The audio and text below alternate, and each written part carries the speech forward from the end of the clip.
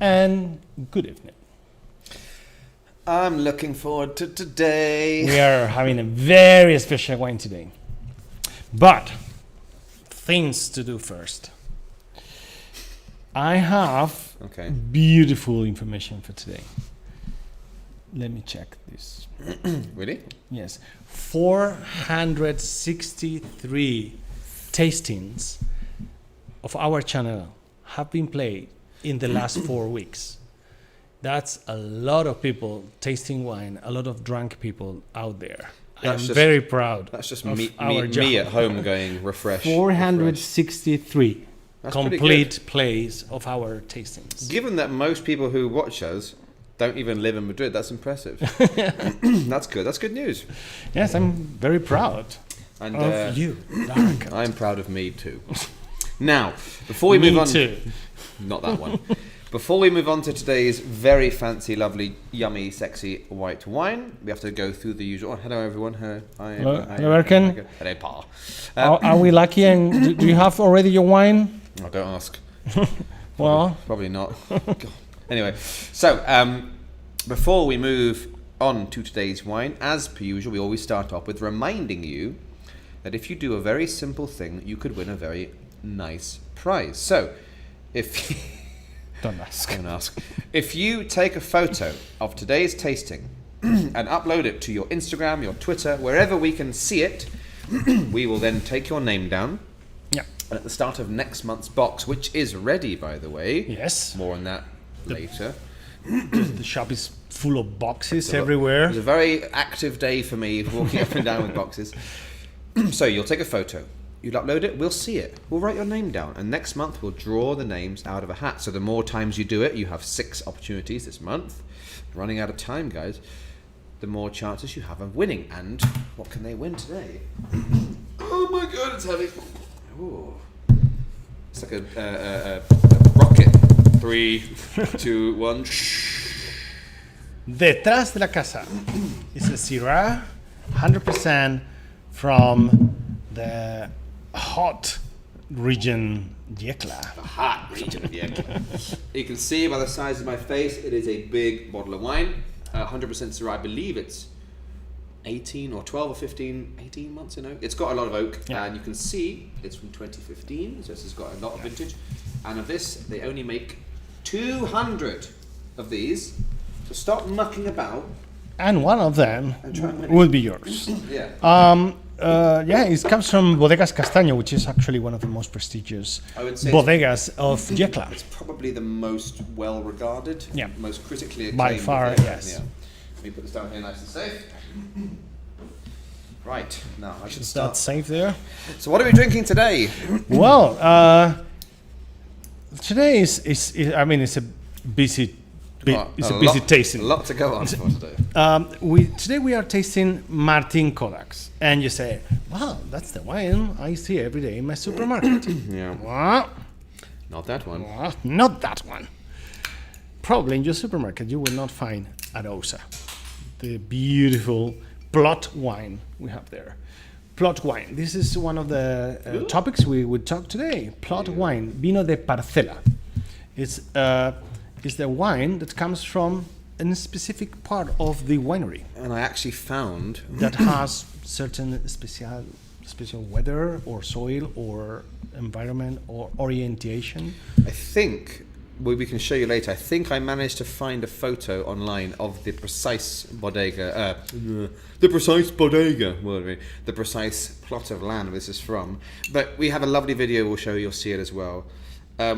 Story behind this wine, before we talk about it more, obviously we'll do the usual, we'll do the cata de vinos, we'll talk about the bodega, but those of you who were here what day is it today? When you were here on Sunday, Roque last month, sometimes if Roque is working in the morning shift and I work the evening shift, distributors will often come in the morning and they will try wines. Sometimes if they're really good, Roque or I will say, "Oh, can you leave some?" And then Luke can try it later. Yeah. Because we want us to... You know, if they leave me a vermouth, I'm like, "Can you leave some for Roque or something?" So I come in at 4 o'clock and I see... Oh, Roque goes, "Come over here." And I see this glass of wine with some white wine and a serviette. Okay, wait. So and you had this little.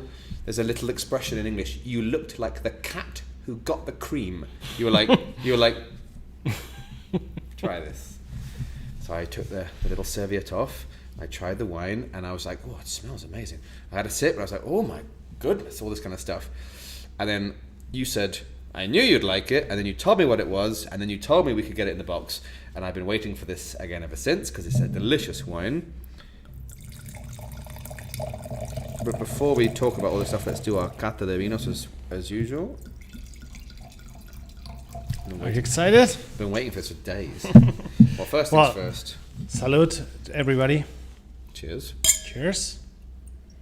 Ooh. So nice. Smells very good.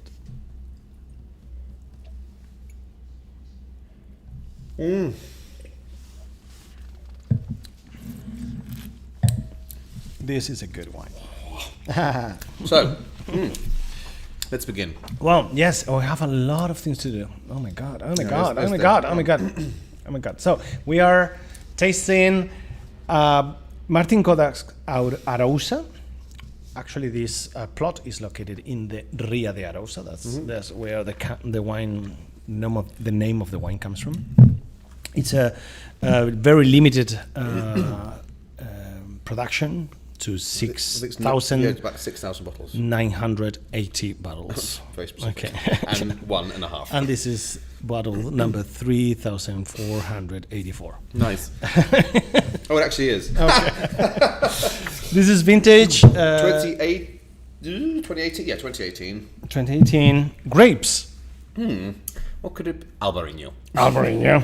The best white wine grape. Alcohol content. 13. No, Oh, 12.5. Not too boozy. Okay. Producer Martín Códax. And the region Rías Baixas. And if you want to be more specific, we'll talk about it later, but it's from the there are like 5 Salines subzone. Yeah. There are 5 subzones. I found a map for you later. So. Great. Are we ready? Yes. Color. Very. Well, it's kind of. It's not as pale as some. This is not an old wine. Okay, this has had normal stainless steel fermentation, but they have left it 18 months on the lees, on the dead bits of yeast and skin and stuff. So it's got a bit of a golden colour, but we're really looking at a lovely, kind of pale yellow style of white wine. Most of these Albarinos that you'll be trying anywhere are not going to be very heavy, old, aged styles. You're right there. Yeah. But yeah, nice and clean and crisp. On the nose. It has something like very warm here. There's something like warm. There's like these sort of sweet spices and balsamic notes. Exactly. But it still has that lovely kind of sort of floral white flower apple and melon or something that you get from an Albarino. By the way, Albarino, even though it's very fresh and crisp and acidic, it's not a very citrusy. It's not like a lemons and limes. It's more of a, I don't know, something whiter fruit. Yes, but always like a tropical touch. Yeah. There's always something there. Now this one, there is smells sea. Smells. There's always like a little. Yeah. Do you want to show them the photo of the wine, the bodega, of the vineyard? Now we're here. Not that one. I'm doing my usual thing. I'm talking to you. So, with this wine, yes. Look at this. It's literally by the flipping sea. That's really uncommon, even for Rías Baixas. But there is something even more important. When the tide rises up, the water comes into the vineyard and waters the vines. You can taste that kind of almost you can salty taste tang. You can taste the sea here. Which some people maybe don't. Green want. apples. Green apples, yeah. It reminds me of Granny Smith.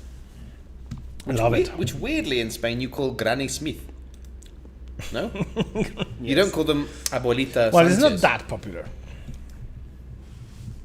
No? Yeah. What's the famous popular apple? I thought the green apples here were Granny Smith. Maybe not. I don't really Royal Gala. Gala. I don't really buy. Pink Lady. Oh, I love Pink Lady. Fuji. They're expensive ones, the Fuji ones. Yes. I don't really buy apples in Spain. Weirdly, your apples are not very good in this country.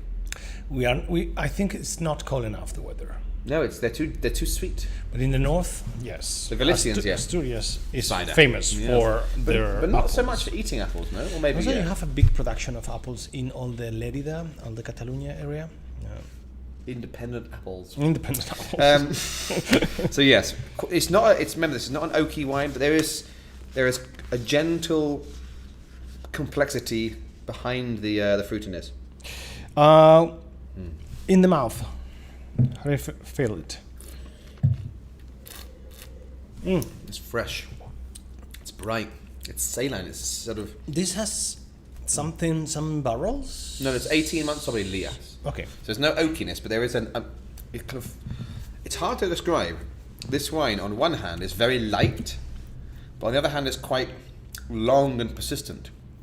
And at the very end of the taste, it tastes like canned pineapples, but in a really nice way. I love it. I love the balance of this wine. It's It's super tasty. It's super long in the mouth. Yeah, it's really very long finish. Very long. Which makes this wine perfect for all the things an Albarino is good. So, seafood, fish, and the long list of. But those lists, I think, make this range of food wider, right? I agree.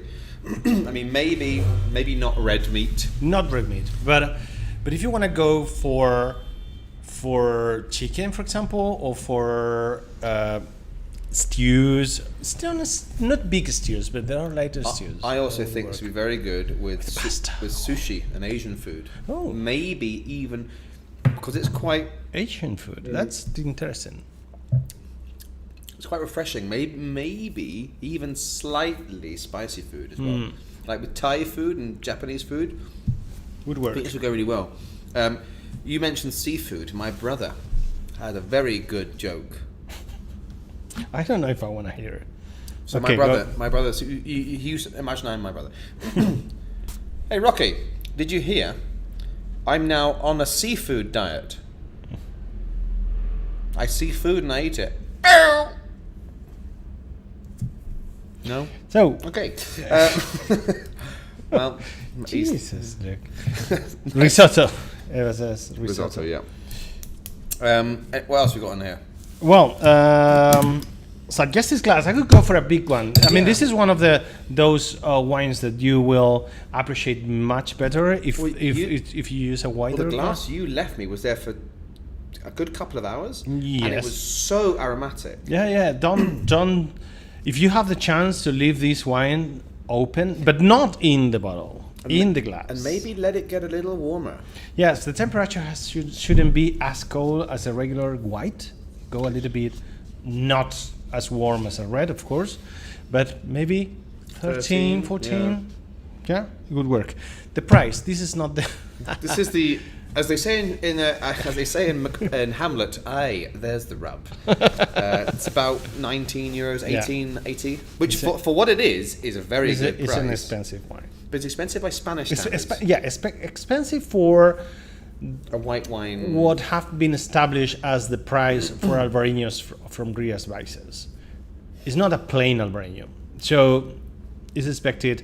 But even considering that, for a lease on the lease Albarino, you would pay 15, 16 normally. And for a small. But this is single such plot, a special plot that. It's actually a good price. The problem is, this is a problem I have. Earlier on today, somebody was asking me about, how much, they said, I want to get a red and a white. The red, I'm happy to spend about 15 euros, the white, less than 10. And I said, out of interest, why? They were like, well, that's how I always spend it. And I said, obviously, fine. And they did buy wine. But I was like, it's interesting because people think red wine is worth more money. It's often more expensive, it's often cheaper, Problem is, it's actually more difficult to make a wine like this because the wine is naked. The wine, it can't hide behind tannins and barrels as much. What you see is what you get. I can't believe I'm going to give them a compliment. The French understand this. They're one of the very few nations who really value white wine, whereas in Spain, it's the market doesn't. The market's like, pues un blanco, just a nice cold fresh white wine, but a red wine, €40, no problem. It's a shame because this is, for what it is, if this were red wine, it would be a lot more expensive because it's white. You can't charge as much. Martin Códax is a cooperativa. It's a cooperative company. It's not It's not a single bodega classic. yeah, with their vines. A mini fundista. I love this word. It's the cooperation between the farmers. They provide the grapes, It's quite a beautiful idea. yeah, and 300 families. and they have created this company. The company belongs to a lot of farmers. So you are It's just so funny. The company belongs to a lot of farmers. well, which actually is true. Yeah, it's like the current of this 270 socios Yeah. members. So they provide the grapes to this company, and the company buys these grapes, and they share the participation belongs that belongs to them. Depends on the production they give to the company.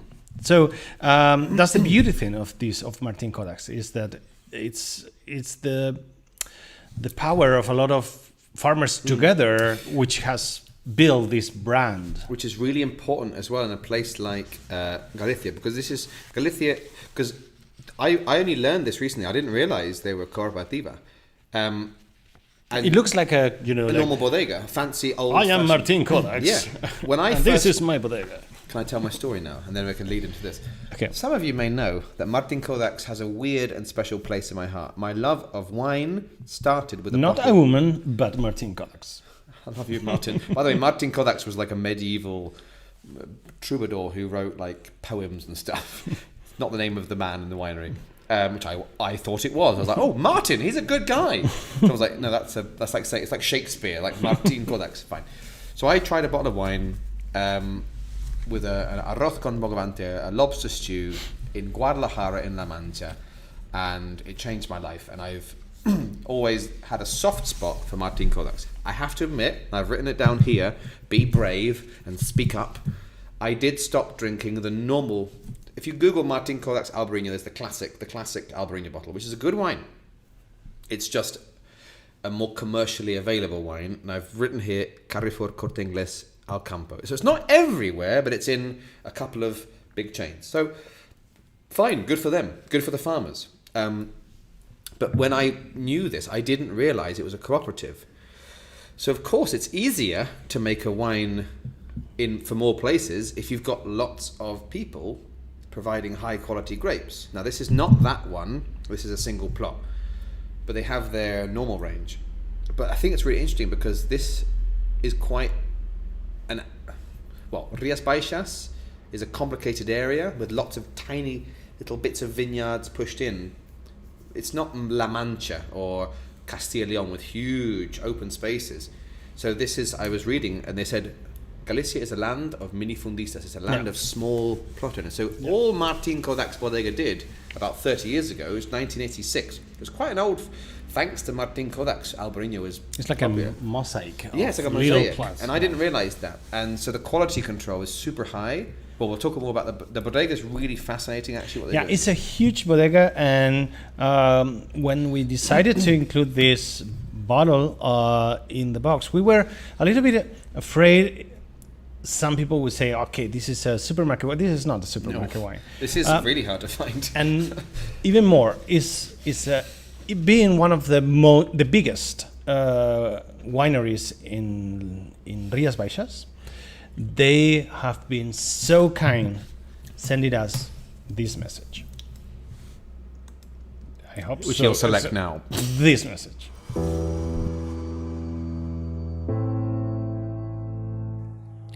Hola, amigos de Madrid Darracot, soy Katia Álvarez, directora de enología de bodegas Martín Códax, y hoy os quiero presentar a uno de nuestros vinos, que es Martín Códax Arousa, y también un poco la bodega. Martín Códax es una cooperativa que está situada en el Valle del Salnés, en Rías Baixas. Fue fundada hace aproximadamente unos 30 años por 50 pequeños viticultores que creían que tenían algo diferente, un varietal distinto. Hoy por hoy hemos crecido, ya somos aproximadamente unos 280 viticultores que trabajamos el albariño, pero con las características típicas del Valle del Salnés. Una de ellas es el minifundio. Decía 290 viticultores, 280, pero que cultivan más de 2.500 pequeñas parcelas. Inicialmente eso era un problema, una desventaja, porque gestionar toda la variabilidad era complicado, pero hemos convertido esta desventaja en un potencial muy fuerte, y eso ha sido gracias a través de todos los proyectos de investigación. Uno de ellos ha sido la teledetección, que es una técnica a través de la cual podemos clasificar viñedos con un similar potencial aromático, y esto se hace a través de una foto que se saca en el momento del embero del viñedo.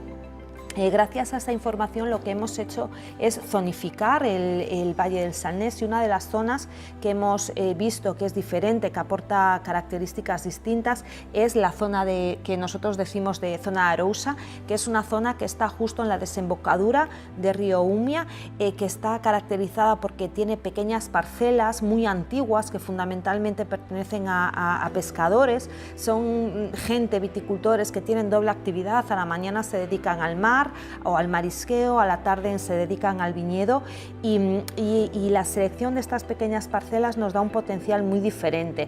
Martín Códax Arousa es un vino más extremo, quizás con un potencial salino, atlántico, fresco, muy marcado. Para mí son las características más importantes del vino, con una boca muy fresca, muy estructurada, muy larga. Yo creo que es un vino que ofrece un potencial diferente del albariño, un mapa, un dibujo al que no estamos acostumbrados, pero que identifica mucho el potencial atlántico de nuestras viñas. Espero que os guste, que lo disfrutéis, y como siempre os invito a que nos conozcáis tanto la zona como la bodega para poder disfrutar in situ de todos nuestros vinos. Muchísimas gracias y disfrutad el vino. Salud. Wow. So any future bodegas, that is the quality what Katia is bringing to the table. She filmed all of those herself, the drone shots. No. Did you notice something? Another woman behind a beautiful, amazing wine. As we've known, you just look at politics. Women should be in charge. We can't be trusted. We will drink it. We drink it, they make it, because we'll ruin it. So, the presence of women behind wine and Rías Baixas is a very female-driven señora. Yeah. A couple of things quickly to answer my dad. This wine, so the cooperative is Martín Códax. So I would imagine, and I was talking with a distributor, most of the normal wines will be the wines that are separated out amongst all the different farmers, and they have their more top selection, which is so small, it's just 1 or 2 plots of land. So it is made by the cooperative, but this is a more specific thing. Also, fun fact, they have 13 hectares dedicated solely to research, to the study of how winemaking works and how the grapes work. So these guys are really geeky. A couple of things before we talk about the region, about this particular wine and the winery itself. All you saw in the video, all of the harvesting is still done by hand, which is very interesting. Yes. That's not that common when you get big wineries. Yeah, actually, did you notice how they were planted? Oh man, you're jumping the gun. That was for later. Do you want to try to talk about it now? No. I can do. No. I'm gonna stay here, and I'm gonna draw. No, because otherwise you say, have you stopped talking? Shall I talk about them now? Very quickly. Yeah. So as Rocky said, you saw it, they were all quite high up. I get excited, by Rías Baixas. It's my favourite region. This is what they call, in Galician, emparrado. In Spanish, parral or pergola. In English, pergola, trellises. 2-metre high trellises that float over the... It's beautiful. Why are they highly trained? Come on. Because they want more sun. I want all the sun for me. There's one. Some more reasons. Why so much space underneath Oh yeah, because you need the water to flow. the water? The water, the water of the rias. Almost. What else can flow under things? Flow water and salt. I don't know. So the other thing, which is very important in Galicia, which is I'll Wrong. give you a clue. And the wind. And the wind. So Galicia is a humid, wet region, and what that can mean is if your grapes are too I don't know. if your grapes are too near the ground, they can mulch, they can get more rot and fungus problems. So what you have is the air passing through creates a channel, and it will keep the air clean and moving and refreshing. So these microbes have less potential to grow. Also, what is quite cute, not in this bodega, but in the average old-fashioned bodega, it leaves space under your crop of grapes to plant vegetables, so you can multi-use the land, which is fascinating. Anything else to mention? No, that's about it. And you can walk underneath it, basically. Yeah, but one of the biggest reasons is depending on the region, the way you plant the vines is very important regarding the sun.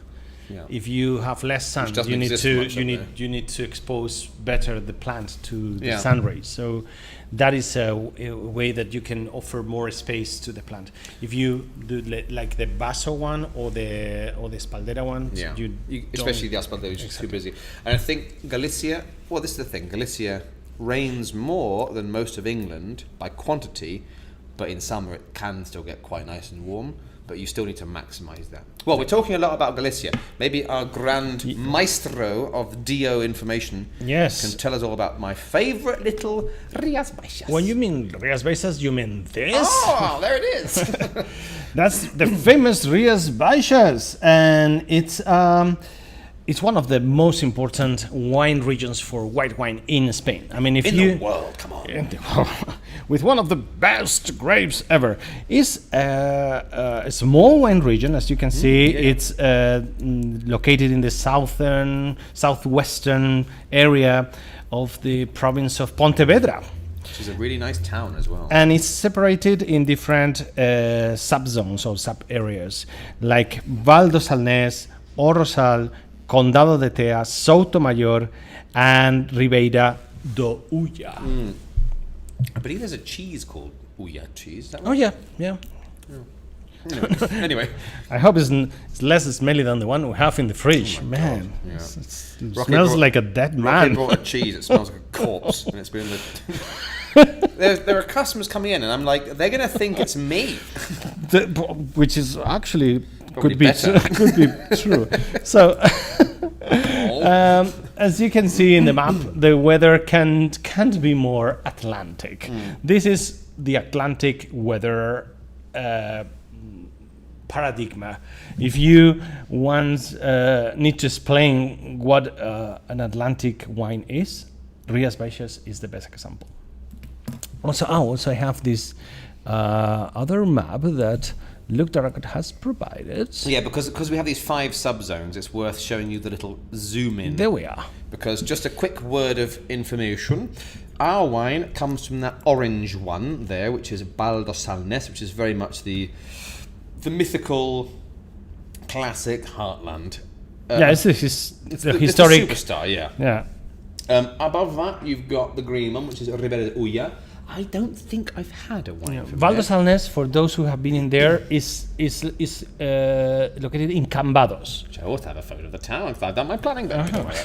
But anyway, you see there's a tiny little pink one. That's Sotomayor. I think there's only 2 wineries there. I have to admit, never tried one, never seen one. It's just 7 kilometers from Pontevedra, that one. It's like, I don't really understand it, but I like it. Then you've got these 2 at the bottom, which I really like as well. The big blue one, which is the second most powerful, which is Condado de Tea, which is more internal. That's warmer, gives you richer, rounder styles. We have La Trucha from there, which is lovely. Yeah, it's in the north, in the Miño River. Miño. And then my parents and I, for my birthday 2 years ago, went to Arousa, which I love. The fun fact about Arousa is where you find a lot of, or the only blended different multi-grape. The mouth of Minho River. The mouth of the Minho. So those are the 5 subzones. So it's a non-contiguous, not fully connected DO. Well, Albarino, as you already know, of course, is the Reina. is the king of the queen of the grapes. The grapes, yeah. Grapes are, but also there are other varieties allowed, like Trechadura, for example, and the reds are more uncommon, are actually very rare. I tried one this week, a red from Rías Baixas. What? Without me? Oops. You son of a bitch. Who? I'm genuinely shocked in my car. With who? Oh. Should we stop the streaming? Hang on, was it what was the bodega? This is live gossip. And Tell me! Was it an Espadera or a Caño? was a blend, actually. Okay. It was a blend. What's the winery? Come on, put yourself together, Trying Galician wines without me? Rude. Well, it's very conservative. No other kinds of wines Politically? are that politically and winetically. Winetically? And so that's Rías Baixas, a region to explore. But for the average person watching, especially if you're not in Spain, all you need to remember is Albarino, Yes. which I have a quick word about. If I don't know what's the percentage of Albarino in the production. It must be like 95%. How big is the production? I'll tell you. I think it's fairly good, no? Or is it small? It's huge. It's more than 22 million liters of wine. I think in the last 15 years it's been like... International or national? Mainly. Now in terms of market. This is an interesting one because ultimamente, lately, the last few years, Albarino's been... God, I'm losing my English. Cogiendo fama. Getting popular. Abroad, especially in the UK and in the US, but it's still Albarino from Spain. So I'm going to say 70% national. Yeah, that's it. Is it? Yeah. I nailed it last time as well. I'm getting good at this. I think I have to hide my notes better. You should hide my intelligence, mate. Well, So yeah. Rubbish. Yeah. So yes. questions. Here we are. Hang on. Say we're no, don't answer it. Don't answer it. Who's gonna hide it?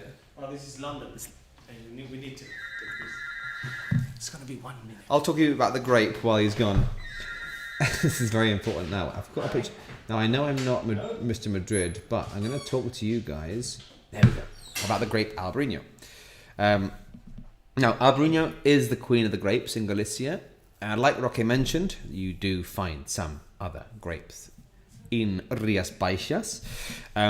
Most of those, as I sort of alluded to about 2 minutes ago, are in the Arousa area, to the point where they actually call that the Arousa blend, el coupage or el blend Rosal. If you're in Rías Baixas, the other 4 zones, really, you're only going to be bumping into Albarino. Now, Albarino is, well, this is big controversy between Portugal and between Spain. Is it Spanish? Is it Portuguese? Now, of course, these grapes don't really recognize historic man-made land borders, so to avoid any consternation on the parts of either two countries, we call it a northwestern Iberian variety. Although there is more clonal distinction and local varieties in northern Portugal, so who knows, maybe it's from Portugal, but anyway, in Spain, Albarino, in Portugal, Alvarinho.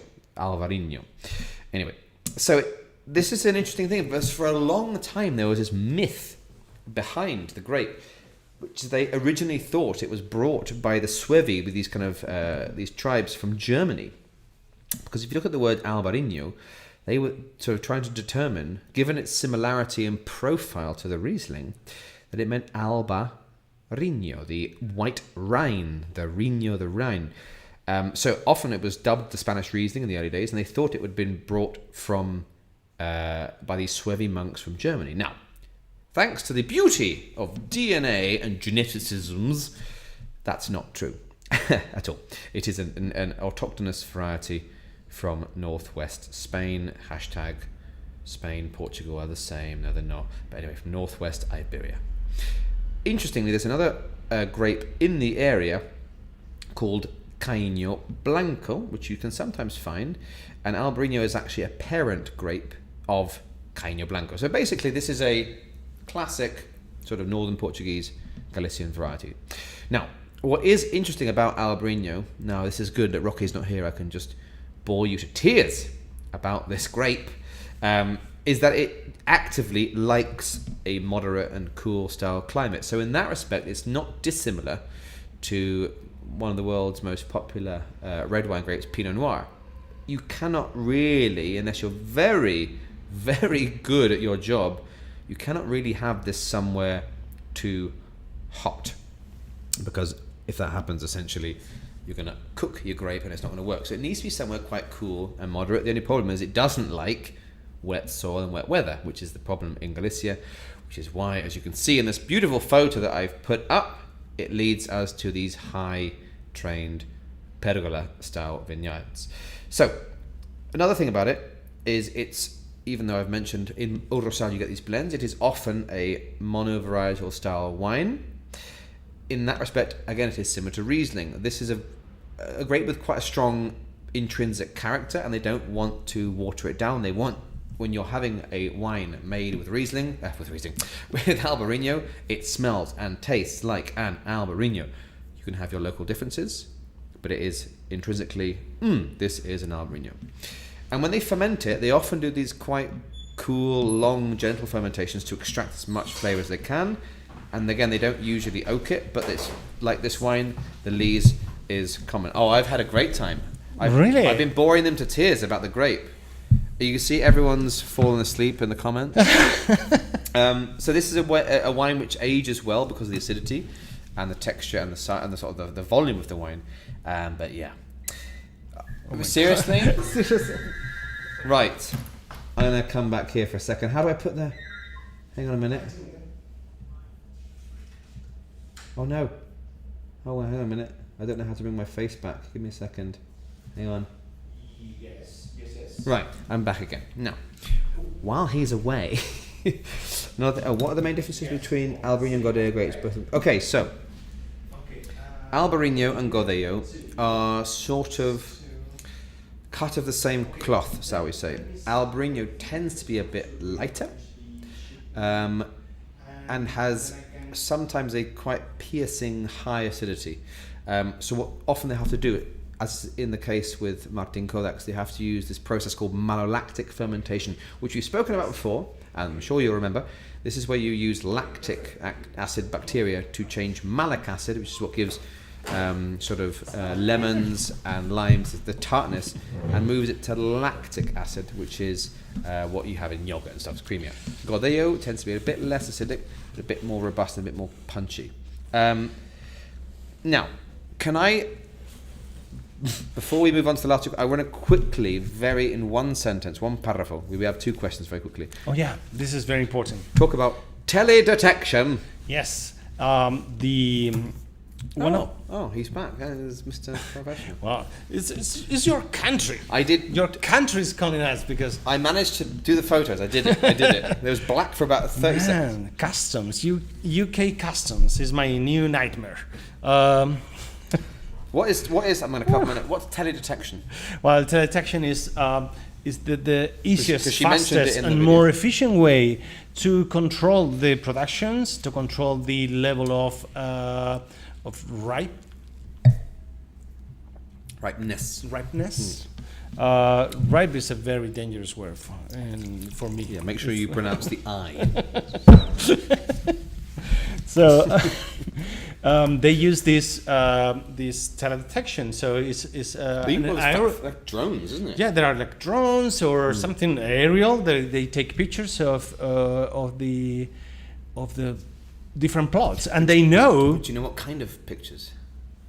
Thermal pictures. Yeah, the frickin' vineyards emit like light. And they know for the color of those plots how in which state of is how ready to be harvested is each plot. So which is It's so perfect. clever, If yeah. you have to control 20 million thousands plots of And let me just check how many they got. 20 million thousand is how many they have. yes. Yeah, it's really, really clever. And this is this lovely blending of modern technology, but not intrusive.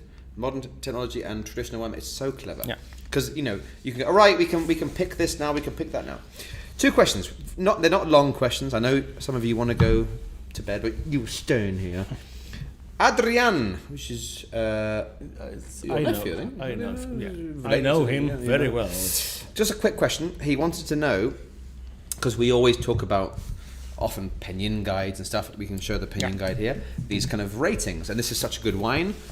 So Adrian wants to know, what is the Pinion guide's score for this wine? This is one of only 2 wines from Martín Códax not in Pinion this year, because it's a very new wine and COVID. So the wine came out, but COVID's here, so it's not ready to be presented this year. But anyway, this book, this is Pinion Guide, is probably the most complete guide of Spanish wine. If you very useful, to be if you honest. plan to get into deep into the world of Spanish wine, this is your best guide.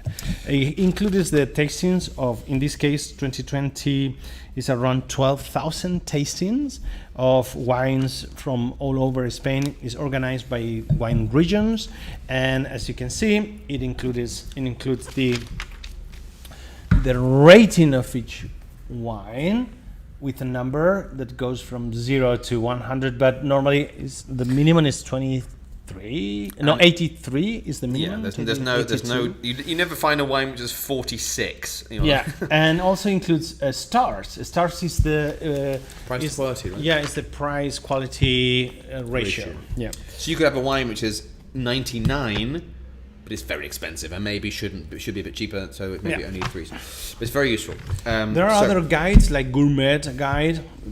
This one.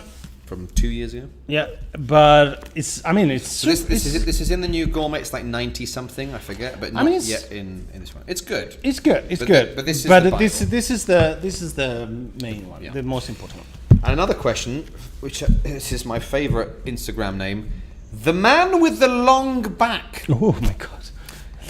Thank God you said. Real back. name Sean. Where does this wine sit in relation to the other white Martín Códax produces? Well, of course, we always try to say it's not about quality, but in a price ranking, this is number 4 from the top. What is interesting about Martín Códax, related to what I was saying earlier, white wines are always cheap. The most expensive wine is 45 euros.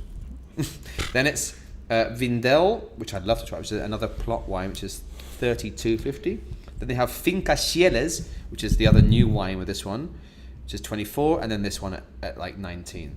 So this is one of the sort of the 4 top wines, and then it's like a big jump, and then we get to the more normal wines. But it's quite well priced. Like the top wine, 45. I was like, okay. So they're not overcharging. Wow. What a day.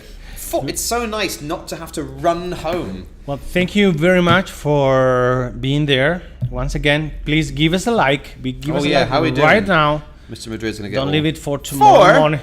Oh my god, this is embarrassing. You give us a like now, or I will. Please, I do will, it now. I don't know what I'll do. Do it now. And also, don't forget to subscribe and hit the bell, whatever, so you hear notifications. And don't forget to take your photo. Talk to us, to your people. Talk to the British Customs. No. Don't forget to take a photo of your wine, upload it, because next this Sunday, sorry. This Sunday is going to be the last. one. Yes, we are going to say goodbye to this February The box big, juicy, boozy beast. with a beautiful garnacha from Cariñena. And old vines. More on that topic later. We haven't tried directly a Cariñena wine, but we tried a Pago wine from there called Pago de Les, Senda de los Leñadores. So, very interesting. I think this is the most information we've ever done because we really wanted to do this.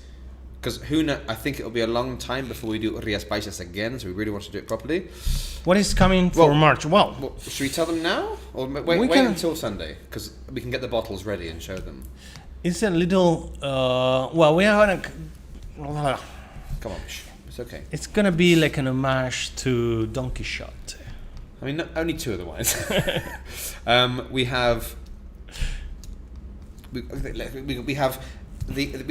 a battle of La Mancha. We have the best barrel-aged white wine voted in the country from Madrid. We have a sweet, sexy wine which we were very lucky to get a special offer on. Yes. We've also got something else. Hang on, wait. I've got this here. Hang on, wait. It's a very special box, actually. We've also It's plenty of. another Vino de Pago. It's very special because it includes different regions, a complete variety. It's very eclectic. We're going to go on holiday to Mallorca as well. Well, oops, maybe you gave Spoilers. too much information. Well, but it's gonna be hopefully by this weekend on sale in and then the website. on Sunday we'll show you all the bottles. Right. Let's let these people go home. Yes. Anything else? Do we have to mention anything? Buy Albarino, buy Galicia. Yes, and what they should prepare for which nibbles for Sunday? Oh, just underpants and Netflix. Oh. Well, see you on Sunday.